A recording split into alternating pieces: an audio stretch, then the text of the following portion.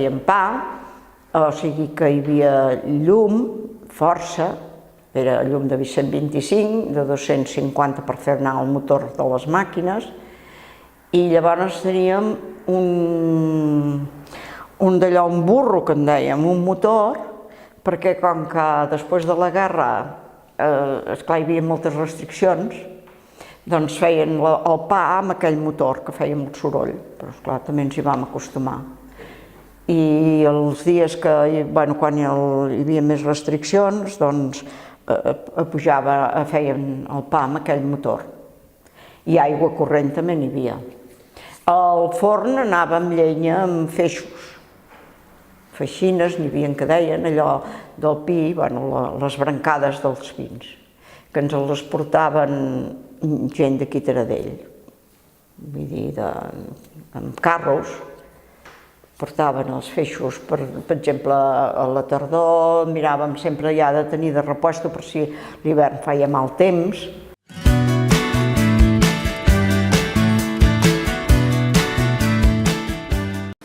Vaig entrar de president, que van pujar a primera, que jugàvem a segona regional, i van pujar a primera, que van guanyar el camp del Ripoll 1-3. 1-3, que hi havia mig Taradell, i van fer una arribada amb pancartes, i en Quim anava amb un micro, amb uns 600 que teníem a davant, fent merder per el poble, i va ser molt bonic, va estar molt bonic. Jugava en Vila, en Josep Vila, Àngel Pla, el meu nebot, en Ramon Barfull, en Jesús, no sé si el recordeu, jugàvem tota aquesta colla, tota aquesta colla, hi havia molt bon equip, o sigui, no té res a veure amb el futbol. Com a equip, el primer equip, van sortir jugadors que jugaven molt bé, molt bé. En Vila és de les persones, la persona que he vist tirant cordes, salvar un partit perquè tirava la pilota i feia el gol al final per l'altre àngol de la porteria i girava la pilota per entrar entre dins. Jo l'havia vist molts gols, mira si Ripoll va fer així, però ens havia salvat partits. Era molt bon jugador. Bueno, tots, i l'Àngel, tots.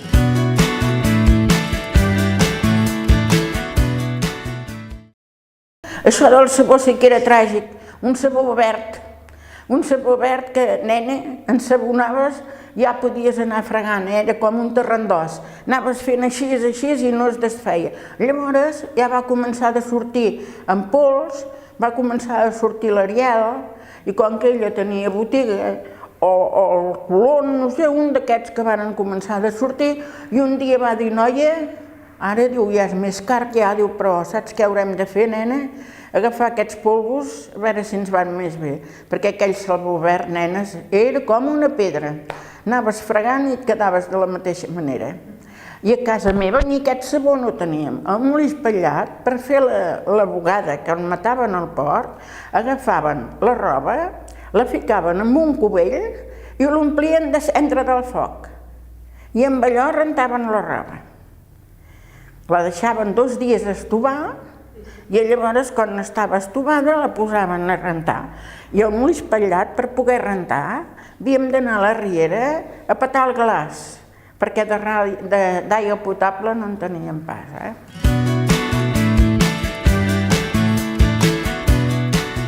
Llavors fèiem guerra de rocs, que és bèstia, perquè la guerra de rocs, l'estocam era aquest, i ells tenien un camp que era aquí a dalt un que sortia als camps.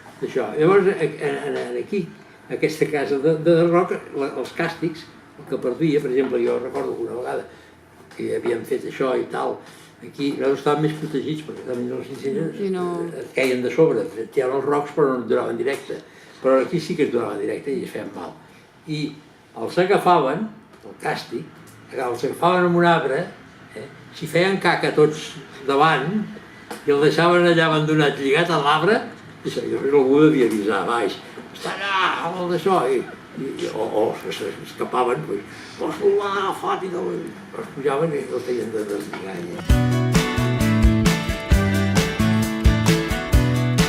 I llavors es varen posar carros i vaig fer 40 anys, anàvem a portar feixos dels forners. I teníem teníem 5 o 6 homes a treballar tot l'any, menys els 3 mesos d'estiu. I d'allò. I portàvem cada dia, perquè llavors el meu germà ja es va fer gran, i d'allò, i cada dia portàvem 100 feixos i pico cap a Vic en els forners, perquè portàvem quasi feixos a tots els forners de Vic.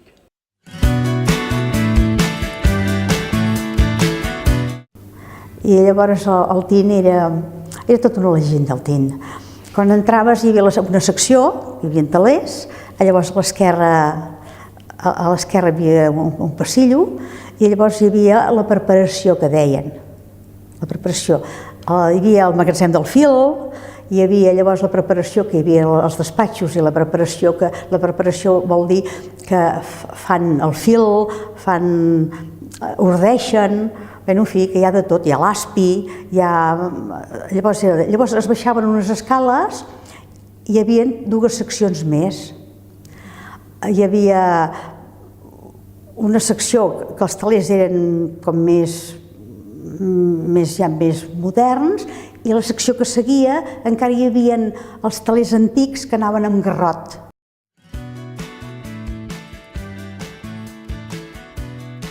Mira, aquella Navidad vinimos yo y mi hermana y un sobrino mío, pequeño que tenía entonces unos 3 años. Sí, 3, 4. Unos 4, sí, 3 o 4. Arribada del 62. Y teníamos que parar de Mataró a Granollers en coche de línea.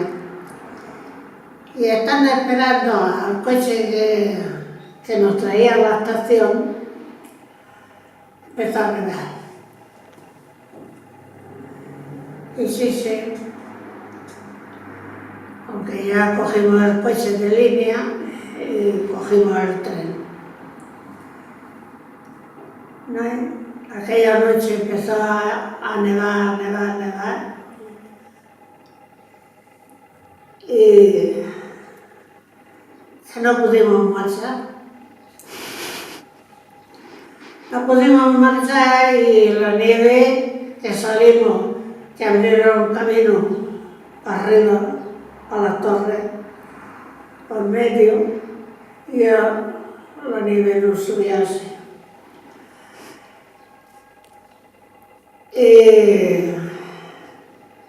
¿Qué digo? Yo tenía que ir a trabajar a la fábrica y todo. Y ya, claro, nada más que los días de Navidad se acabaron. Línea no había tampoco.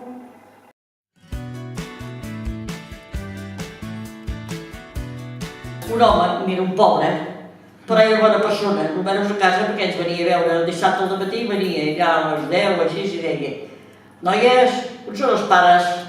Són i mig, sí, doncs ja m'estaré fent-los a companyia. I seia per allà, la meva germana jugava, ella no coneguia ella. Jugava amb nosaltres dues i jugava al porrer, i aquell home de vegades també ens ajudava, també es ficava amb nosaltres i a mi m'agradava molt aquell home, teníem companyia. Vivia ben bé sota el pont, perquè hi tenia moltes flors i era molt maco de mirar les flors que tenia aquell home allà.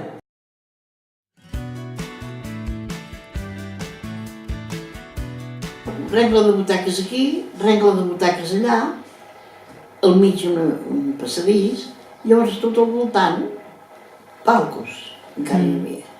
I llavors per la cantó de darrere, veiéssim de la rectoria, hi havia una escaleta, es pujava per 5 esglaons, així, i eres a dalt, en els palcos de dalt, tot al voltant, hi havia palcos. I una mica més amunt hi havia el galliner, que dèiem, uns bancs per la canalla o al mig hi havia puesto baix, i moltes vegades era ple, moltes vegades. I encara, per entrar al teatre, al costat dels palcos hi havia com un corredor, i aquest corredor s'anava directament cap a l'escenari. Pujàvem uns 4 esglaons, l'escenari era déu-n'hi-do, ben grandet, i hi havia l'escenari al mig, i per cada banda hi havia un tros de cortines. Bé, un escenari que estava bé, almenys llavors el veiem bé.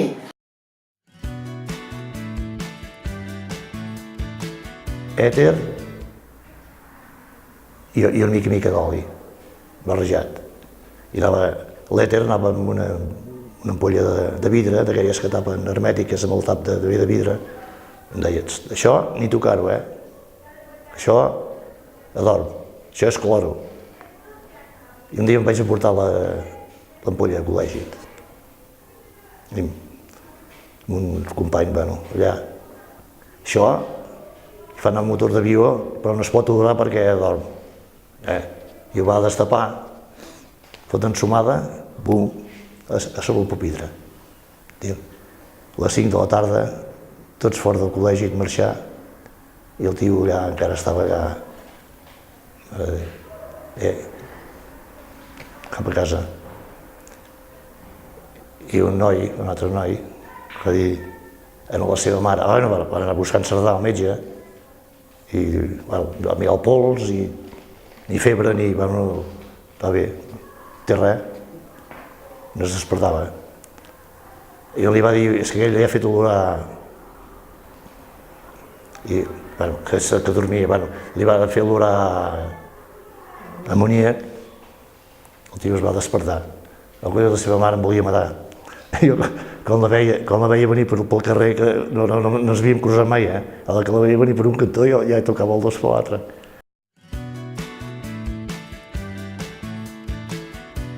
Anàvem, com ensejàvem al centre, però allà també ensejava, a la rectoria, als baixos també ensejàvem els lluïsos. I què fèiem? Doncs abans d'anar a ensejar, que ensejàvem a les 9, ens posàvem a l'hivern allà al costat de l'estufa del centre, hi havia una planxa així grossa que hi posàvem els peus, i era calenta la planxa, quan hi estàvem allà, i a vegades hi havia algú que es posava a explicar anècdotes dels pastorets o d'això o d'allò, i quan ens donàvem compte que ja eren 3:45 i dèiem, hòstia, abans anem cap a casa que anirem d'ensenyar. Vull dir, a vegades marxàvem sense ensenyar. Però això amb els lluïsos, nosaltres, vull dir, i la gent, els 8 o 10 que anàvem al centre cada dia, vull dir, a vegades ens t'hi havies trobat amb aquesta cosa. Fotia tan fred que estaves tan bé allà al foc.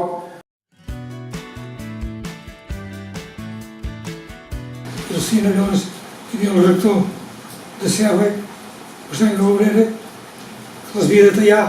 Si venia un petó, havia de tallar i estava davant del salto, el balcó de davant, aixecava el barret en l'aix així, i ja tapava la imatge i on es veia el petó. Tornava a baixar, tocava el timbre, tornem-hi. I això, començant ja per Mossèn Gabolera, i fins que va venir tot l'altre. Llavors hi havia un timbre, i anàvem en paper a dins del teatre, a dins del cine, ja tenia uns papers, ja hi ficava un paper. Acabat de rebobnar, tallar el tros de l'escena, tallar-la, tornar-la a endollar i tirar al cine. Quan s'acabava, tornar a girar la pel·lícula, tornar a endollar el que havia tallat. Oh, era complicat, Un classificador, i saps, les classificaves, les que eren, diguéssim, del carrer de la Vila, al carrer d'aquí, saps? Llavors tu te les posaves bé, cadascú tenia un tram. Jo tenia el tram d'aquí, del que era aquí al Correu, fins a la carretera de Viladrau, saps, el tram d'aquí. La tieta, com que el tiet era jubilat, la tieta feia el vol, diguéssim, així d'aquí al mig i prou. I les hores d'oficina. I en Jack feia el tram més cap a, diguéssim, el poble, el tros del capdamunt. Quan teníem 17 o 18 anys, fèiem dues bandes, els potis en un cantó i fèiem com és ara aquests guerrillers. Doncs nosaltres era de broma. I a dalt a la serra, un turó era del poble i l'altre turó era dels estiuejants, dels bailets, el jovent. Però ells anàvem a escopetes de balins i nosaltres anàvem al tir-rocs. I jo, com que havia estat molt a pagès, havia après de tirar rocs amb una fona, una onda, que en diuen, en castellà, una fona, que eren dos fils llargs així, es posava, a baix hi havia un trenat i es posava una pedra llargaruda allà, com el puny, i començaves així, la feies anar i deixaves anar un fil i aquella pedra sortia per brunzint d'allà dins.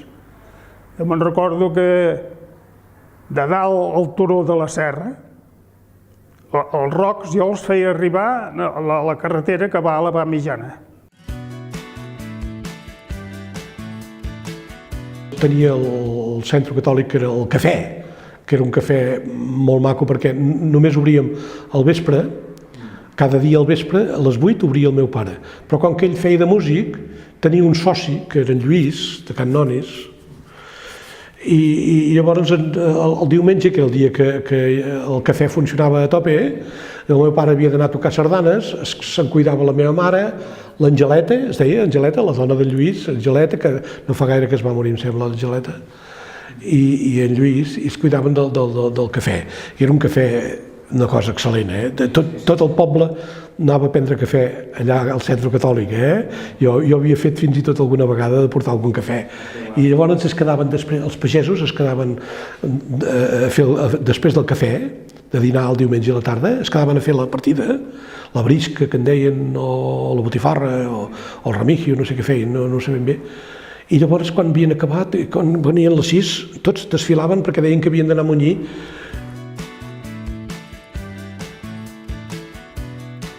Vam fer unes votacions entre els 4 fundadors i vam començar a sortir noms i durant un parell de mesos van anar sortint noms, els anàvem apuntant, deixant en una llista, fins que algun dia ens vam decidir, hem de decidir el nom i vam anar eliminant noms. Però llavors en aquella època hi havia molta moda dels conjunts anglesos, els Rolling Stones, els The Beatles, i llavors semblava que s'havia de posar també un nom estranger. Però al final vam dir, doncs ja, fem un entremig i vam triar Brillants, una cosa que brilla, un conjunt que brilla. Al primer moment hi vam posar la T a davant, T-H-E, T, Brillants. I perquè es veiés un nom diferent de Brillants normalment, vam posar abans de la S final un apòstrof. Però llavors ens vam trobar que al cap d'un any, amb els programes que anàvem fent a la gent dels pobles, en les actuacions, quan feien els programes, van anar eliminant el T, van posar els i Brillants en català. I així s'ha quedat, els Brillants. En el temps aquell que hi havia era cine, era d'un empresari que es deia Salazar, de Barcelona, que tenia el cine d'aquí Tardell, de Tona, i diversos de Puigcerdà i d'això.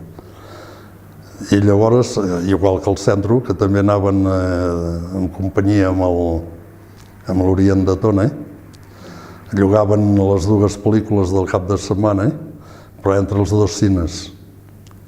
I a mitja part feien el passe, que es deia, que en bicicleta, temps de fer la mitja part d'una pel·lícula a l'altra, es canviaven la pel·lícula, sortia un de Tona cap aquí i un d'aquí cap a Tona, portant els rotllos de pel·lícula, i el dia que hi havia un pinxasso o alguna cosa, doncs la gent a mitja part anava esperant que arribés la pel·lícula.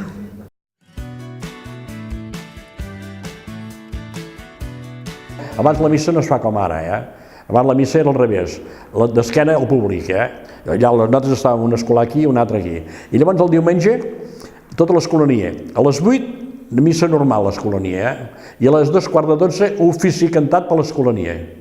L'escolania passàvem pel mig, fèiem la reverència, passàvem pel mig del passillo, jo només escoltava si la meva mare, perquè era lògic, Pujàvem cap a dalt i a dalt cantàvem, però com que passa que tenia en Miquel la veu la té massa gruixuda, em van fer ajudar a la missa quasi bé sempre.